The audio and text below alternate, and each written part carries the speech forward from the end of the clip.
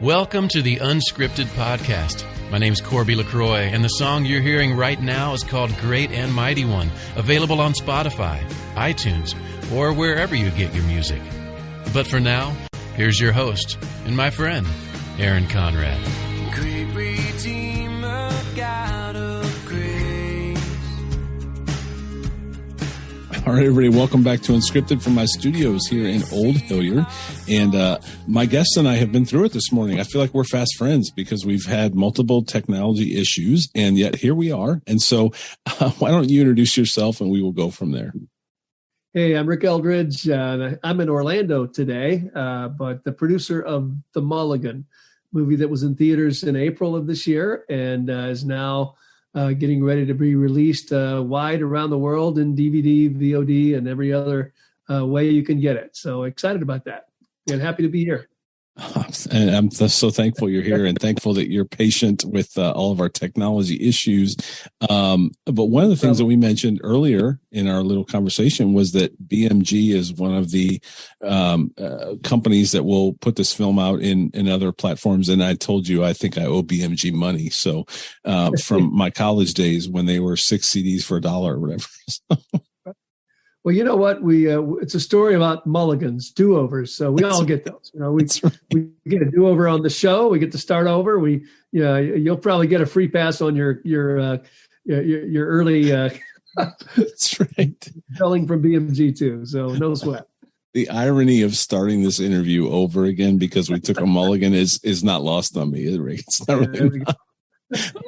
All right. So let's start. We thought what you and I were talking about earlier, for those who probably will never hear it, is that my wife and I went to see Top Gun in the theaters. And I thought it was so interesting that Tom Cruise came out at the very beginning, for those that have seen Maverick, and thanked us for coming to the theater. So your film was released in April, I believe it was, in theaters. Is that correct? So what has it been like because of the pandemic, because of people's habits now? How hard was it to release a film, where Tom Cruise has to come out and thank people for showing up to the theaters? How hard was that for you, releasing a film?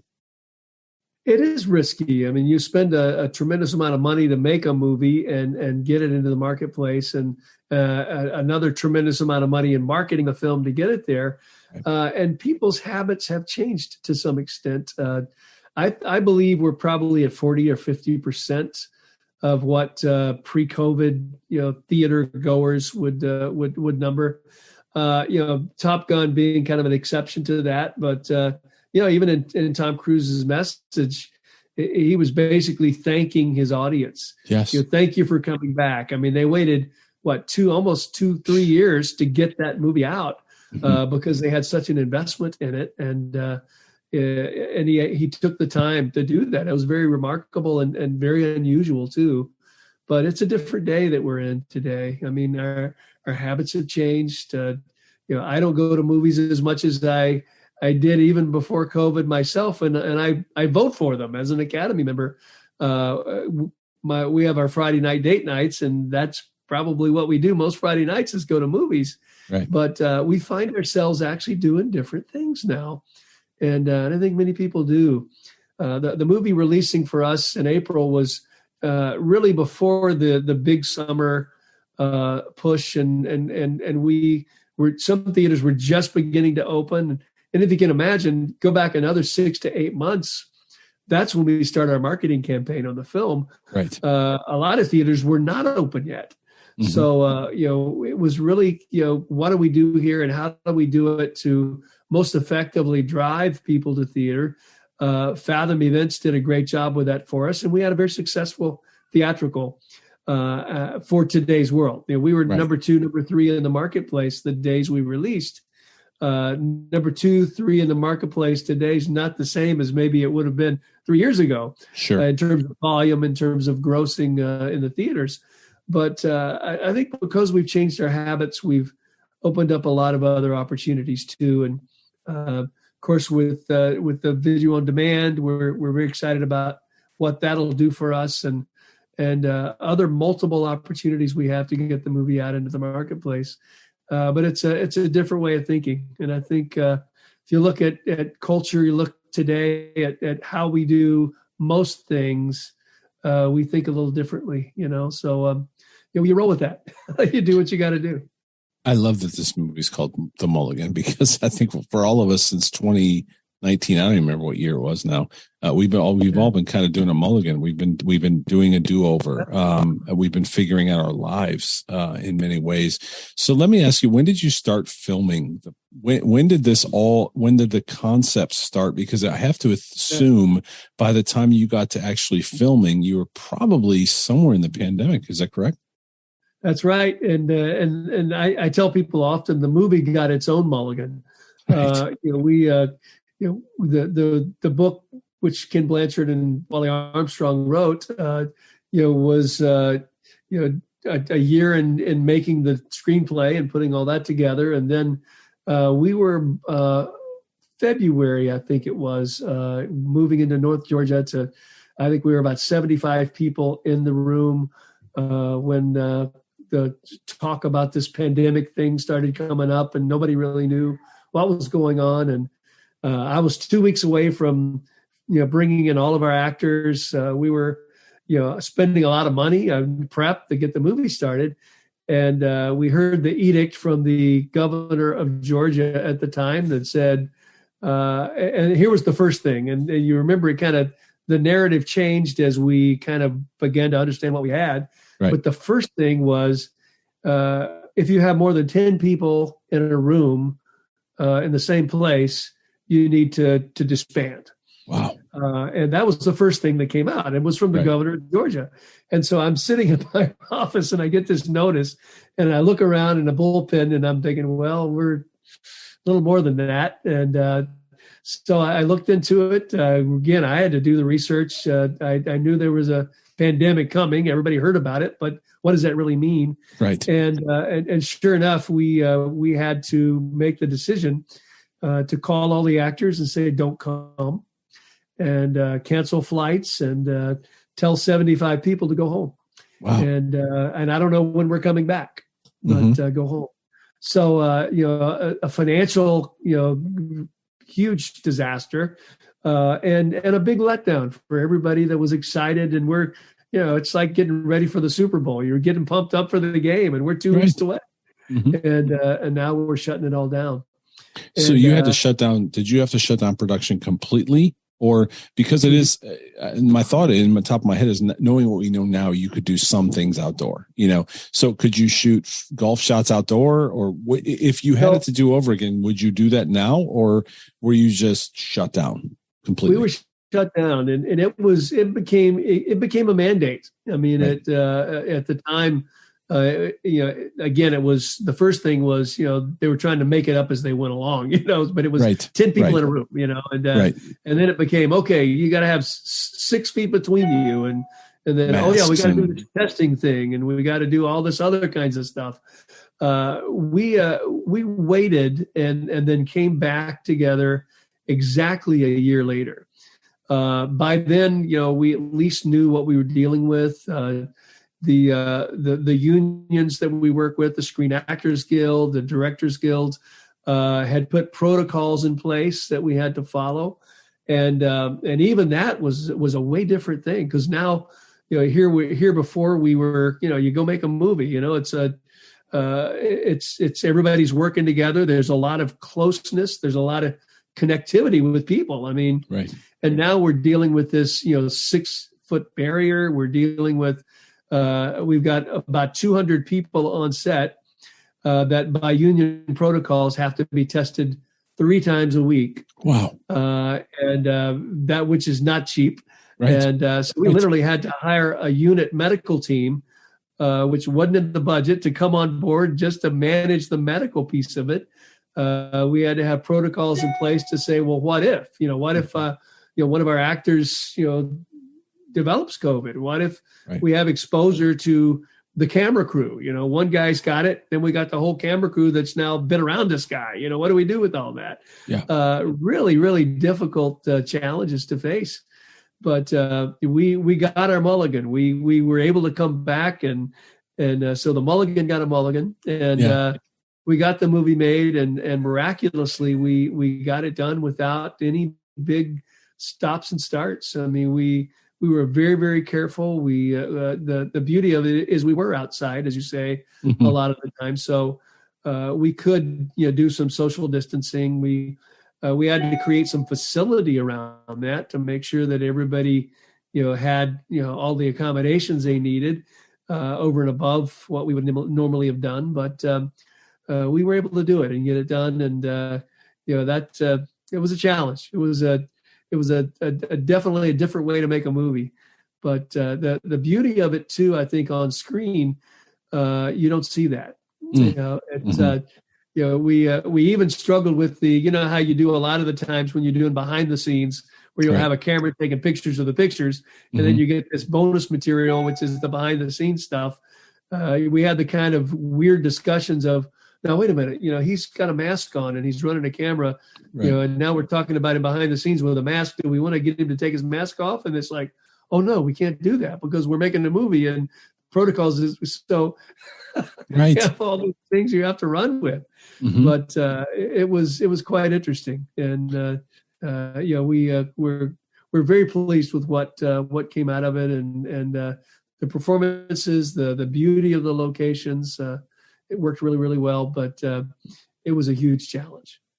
I love, and I'm sorry if we're spending time. We're here to talk about the movie, and I do want to talk about the movie in a minute, just for those listening. But what I appreciate is the fact that we all walk through this, but we see it in our lens, our little world. My kids' swim meet got canceled. My son's baseball game got canceled.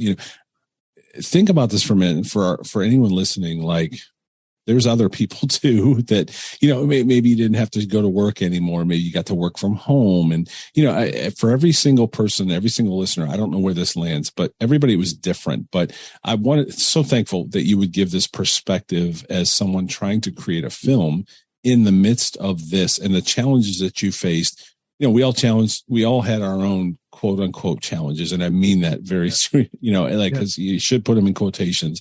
Our challenges were different than other people's challenges, but you had money on the line. You had a vision on the line, and all that was on the line right when this hit. So thank you for taking us through that, because I think that is important to know, and another reason for us to support this incredible film. So thank you for doing that. I really appreciate you walking through that with us. The second question, this is a faith-based film. How much was your faith tested in this entire process? Much like we just talked about, how much did you have to lean on your faith about Mulligans and life? Oh, in every way. I think that the point is, you have to take the challenges and the hurdles that are put before you, and just some of them that are kind of out of your control, and it really I think parallels where we need to be in a relationship with God, to a point that when things are beyond what we can do, we have to look to Him. But we should be looking to Him in all things that we do, in every path that we take, and everything that we do. And there was definitely that. I can tell you, this was a unique film set. Every morning before we started, we called on different people to do a little short devotional and to do a little prayer. And the prayer was mostly about safety. It was about health. It was about encouraging each other to with their attitude, with their spirits, because one of the things that happened, there were a lot of really good things that happened through this whole COVID thing, in that I think families were kind of forced together. Yeah. We were forced into environments where we had to deal with stuff that as a family you needed. And I have a lot of people that say, boy, I've never spent more time with my kids than being at home and not having to go to work every day. But obviously a tremendous amount of challenges that came with that too. And along with that, anxieties, fears of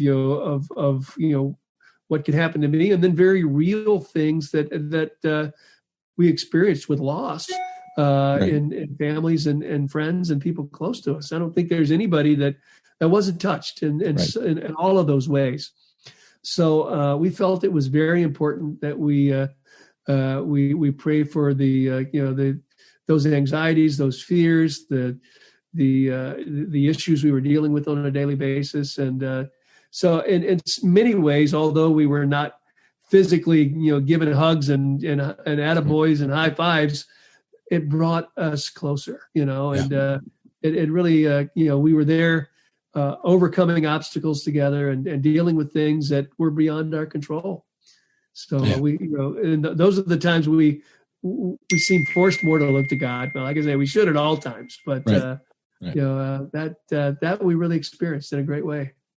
I love that you started every day that way. And I think it leads us directly into the film. So the film itself, incredible cast. I have to ask this question right off the top. How incredible was it to work with the amazing Pat Boone? I mean, like, the guy's a legend. So Pat was 87 years old, and he just brought it every day. He did. I knew he loved golf and played golf quite a bit, but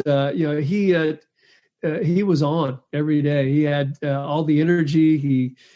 I've dealt with a lot of elderly actors in other films. I won't mention any of them, but they sometimes have struggled with memory, struggle with their lines, struggle with the energy, keeping it up, keeping it there for, 12 hours that we're shooting in a day or whatever it happens to be. Never with Pat. He was always on. He knew his lines and delivered them right. And it was a joy to work with. The guy's remarkable. He's pretty amazing. It's incredible. What a cast, too. I mean, you have an incredible cast. So let's talk about the film itself. For anybody not familiar, if you didn't get a chance to see it in the theaters, it is available August. I apologize. It's in front 16th. Of me. Thank you. 16th. August 16th. So it's available on most of the streaming services. Is that how we would find that? We're going to do an Amazon Prime initially, and awesome. We'll also have a DVD release exclusive with Walmart. Awesome. Nobody sells DVDs still like Walmart does. Right. And they loved the film, gave it an in cap presence. So we'll have a very featured presence with Walmart. So it'll be available everywhere. And some of I think I don't want to call them secondary, but other markets, once the video on demand is out, we'll get it also, weeks down the road. Some of the Christian releasing companies like PureFlix and awesome. Christian Cinema and some of the others as well. So everybody will have it eventually. But we're very excited about the opportunity to get it out to the world to see and be a part of.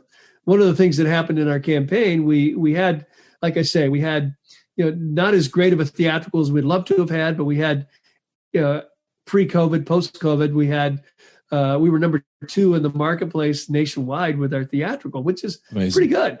Right. We were excited about that, but we also had a lot of people that maybe didn't feel comfortable going to theaters or for whatever reason didn't get to see it in that environment.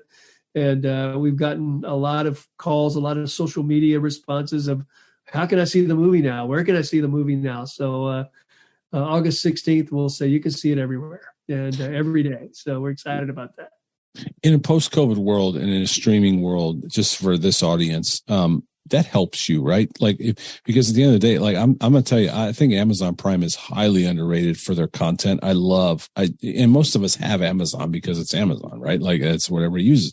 Right. I'm telling you, I think their streaming platform is highly underrated with the quality of product that they put out. But when someone streams that, does that help you all? Hopefully that's a way of giving back to you in some way.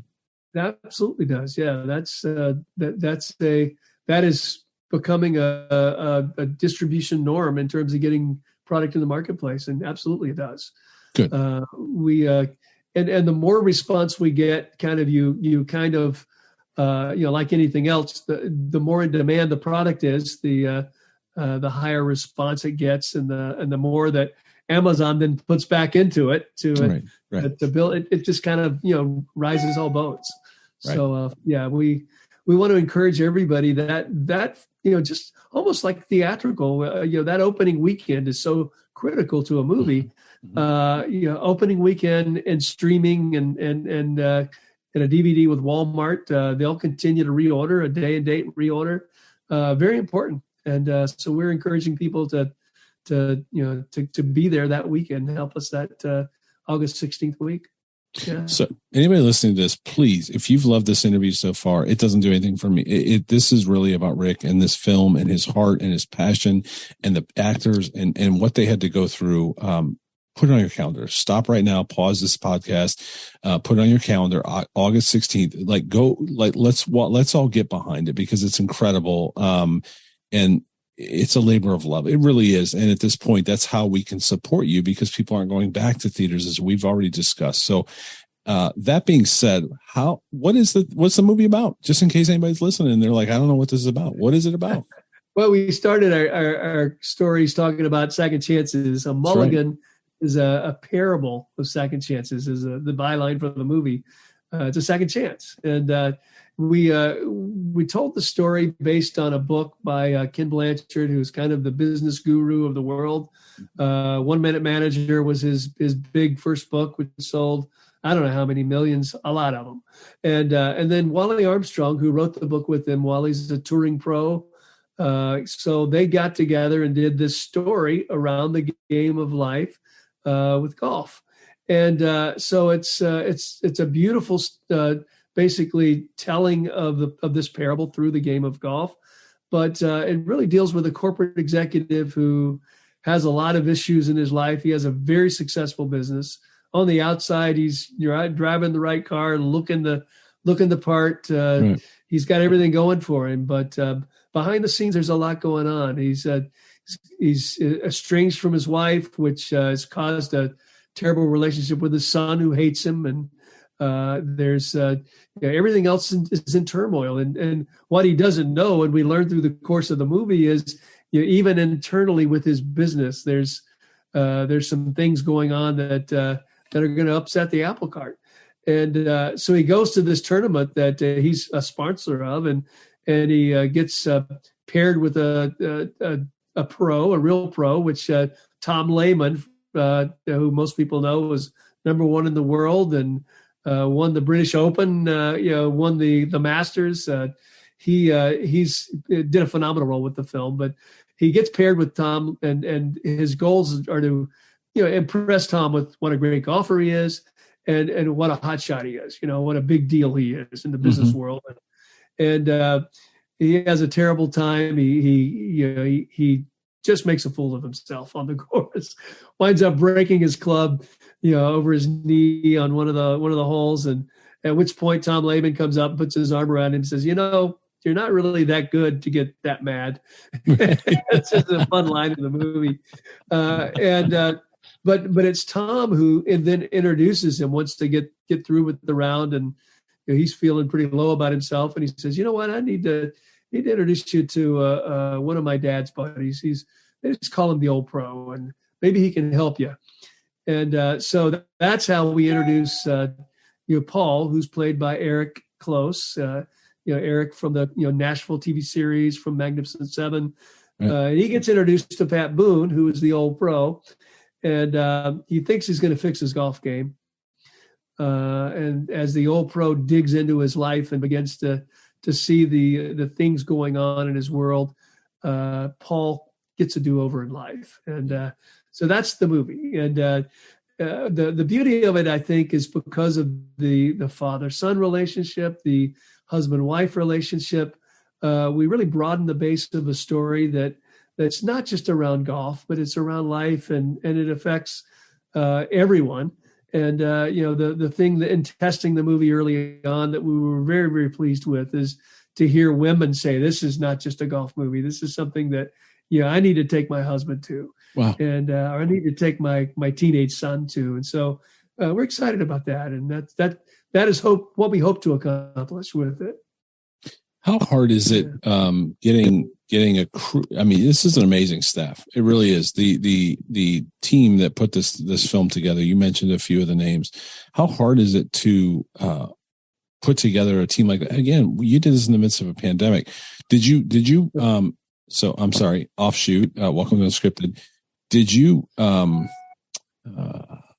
so sorry, I don't know the words to use. Did you staff is the only thing I can think of because I'm not thinking right.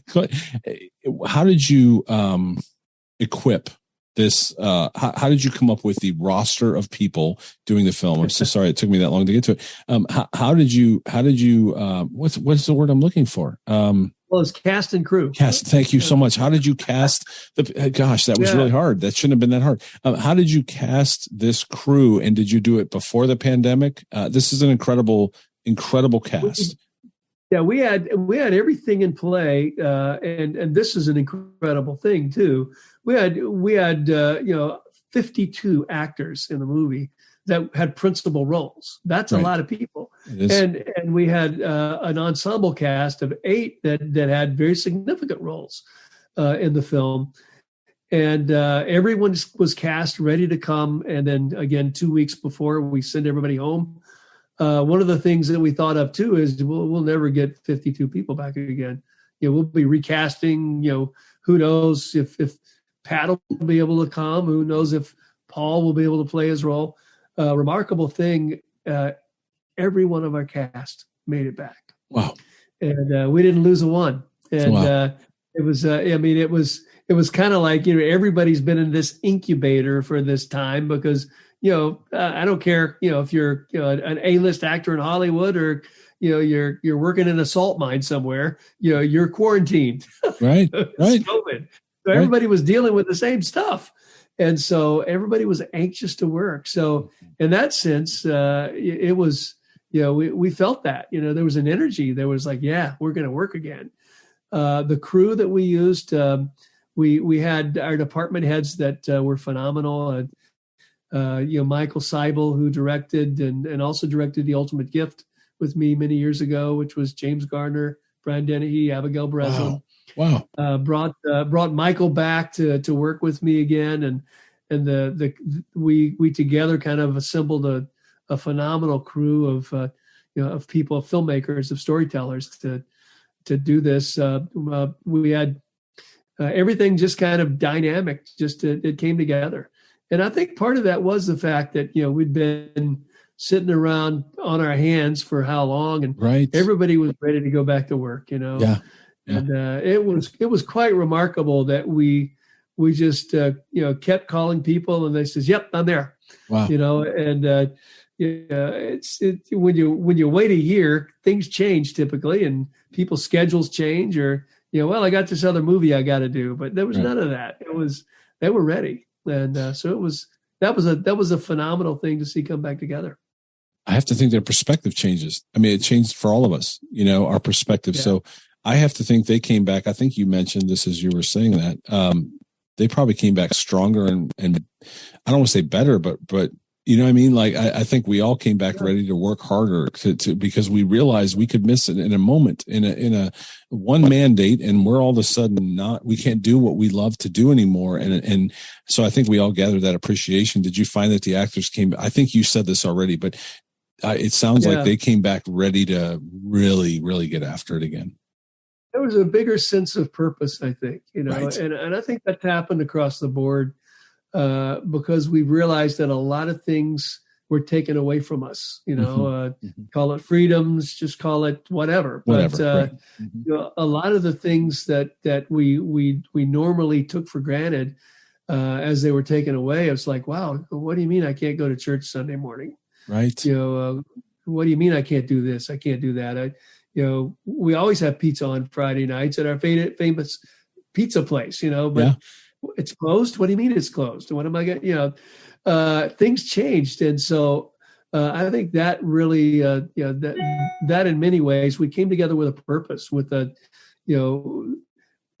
world got a do-over. And we realized that in the course of this story, the message of the story, parable of second chances, well, the greatest second chance that we have as Christians and as believers is our relationship with God and with Christ. And so underlying this message was that, and so there was a stronger sense of purpose in that, I think, and it validated a lot of the messaging because of what we've been through. So that was huge.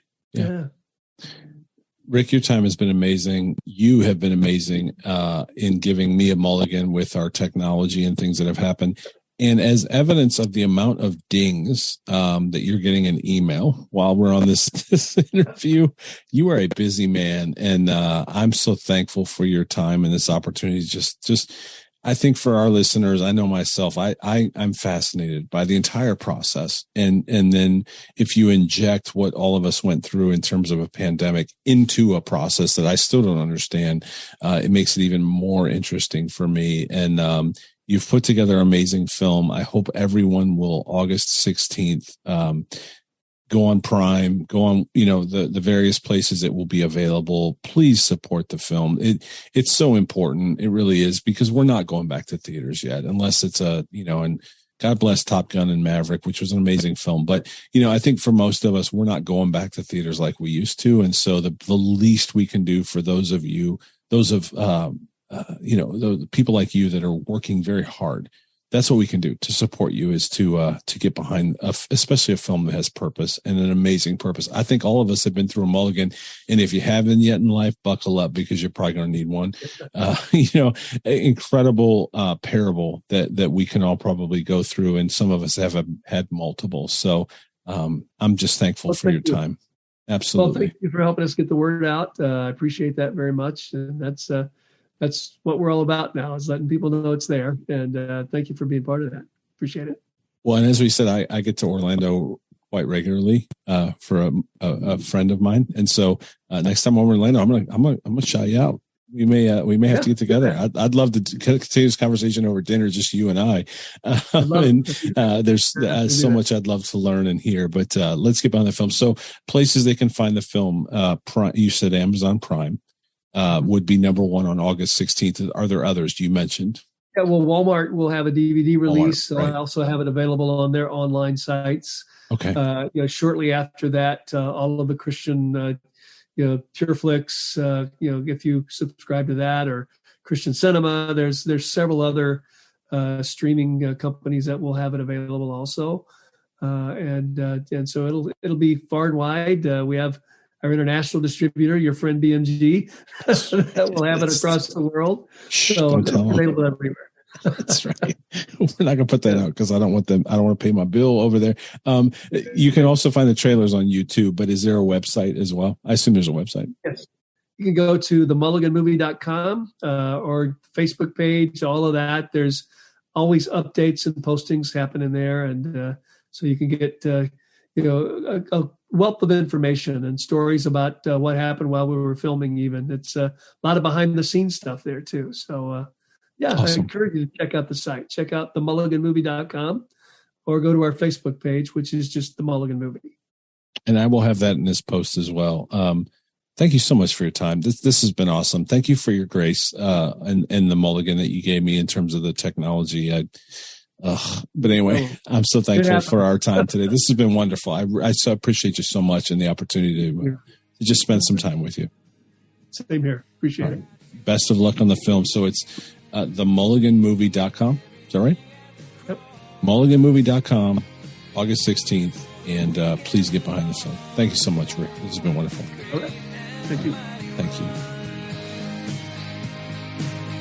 Thanks for joining us for another episode of the Unscripted Podcast with your host, Aaron Conrad. Make sure to like, share, follow, and review on your favorite podcast platforms. Also, make sure to check out my song, Great and Mighty One, on Spotify, iTunes, or wherever you find your music. We'll see you next time on Unscripted with Aaron Conrad.